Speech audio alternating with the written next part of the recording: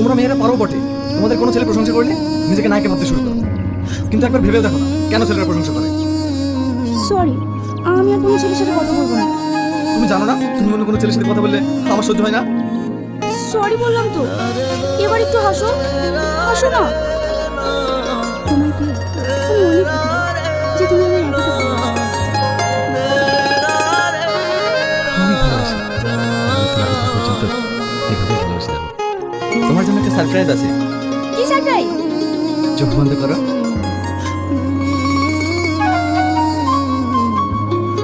এবার খোলো। কি সুন্দর, এত সুন্দর গিফট আমার জন্য। হ্যাঁ তোমার জন্য, কারণ আজ আমাদের ভালোবাসা 2 বছর পূর্ণ হলো। সত্যি তুমি কতদিন মনে রাখো।